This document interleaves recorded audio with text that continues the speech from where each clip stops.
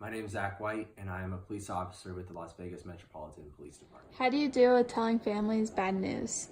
So what I normally do is just try to connect to something in my life that I've gone through.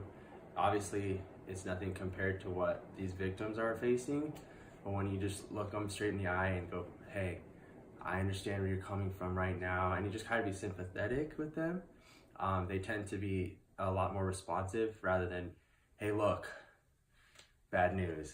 You can't just lay it all out them on like that.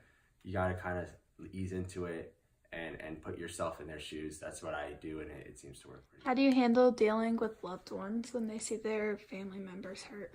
So normally when a loved one sees a family member hurt, they forget a lot of their surroundings. So oftentimes someone will be hurt and I'll help that person out. I'll tell them to do like the basic things that they're forgetting to do. Like I'll be like, hey miss, go ahead and take a seat. You help them out with the basic things because that goes out the window. So hey, go ahead and sit down for a second. If I'm in their house, hey, do you want me to grab you a glass of water or something? And because they're just forgetting all those normal things that a normal person would do. So I'll go to the sink, get some water for them, have them sit down, because those are the type of things they're forgetting because they're kind of in a stressful situation. That's normally what I do. How does your work life interfere with your personal life? Well, I try to keep them separate. At work, I'm Officer White. When I'm home, I'm just Zach White. I try to keep them completely different. Yeah, I'll tell like my significant other how my day went. I'll tell her certain things I saw, certain things I dealt with, but I don't let it affect who I am outside of work. I'm still the same person that likes to go to the gym and likes to play video games and goof off and have fun. And then when I go to work, I turn on that different switch. It's just, you have to find that balance. If you're a police officer 24/7, it doesn't work. You have to have your personal life. What is the craziest case you've ever worked on? So we responded to a woman who was bleeding everywhere, and she was on roller skates, and she was on the side of the road. So when we got there, immediately I wanted to render aid, so I put a tourniquet on her arm. And as I was wrapping the tourniquet on her arm to stop the bleeding, I looked down and there was no hand, right here by the wrist, just clean cut off. And I looked at her face and she was smiling and, hi officer, and she wasn't in stress, she wasn't distraught or anything. So immediately I knew something was really wrong.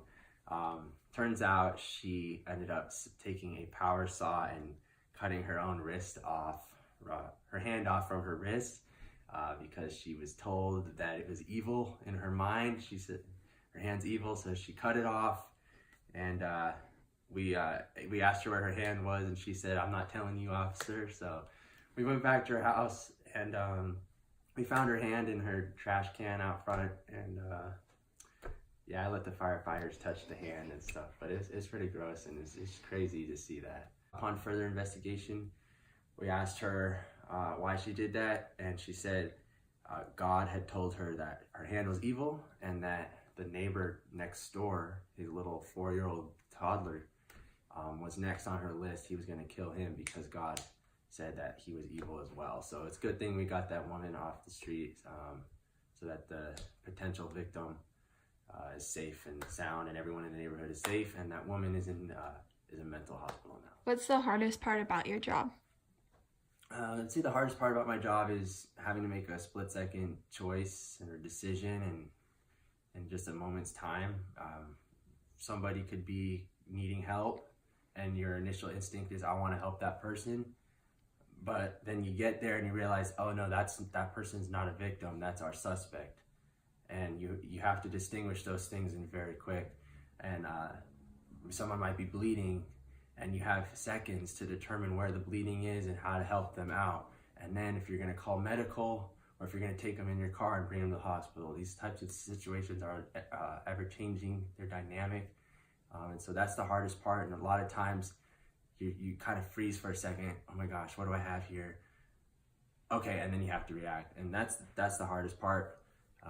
But we go out there and do our best every time.